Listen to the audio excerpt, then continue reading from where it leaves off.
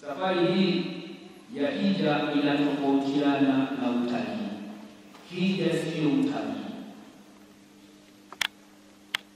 Hija sio utalii kwa sababu yenyewe inajihusisha zaidi na mambo ya kiroho, wakati utalii wenyewe unajihusisha zaidi na kupumzika au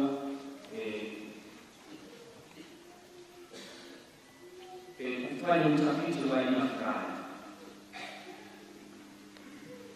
Ndugu zangu wapendwa katika Kristo, katika historia na mapokeo tunaona kwamba hija inaambatana na kutembea, na sisi katika hija hii tutafanya zoezi hilo la kutembea, na pengine tumeshalifanya kwa kiasi kikubwa.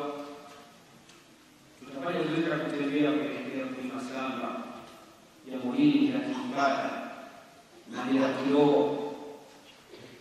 Hili linakuwa ni ishara ya toba na ni ishara ya kusafiri kwetu kama kanisa duniani kwenda kuungana na kanisa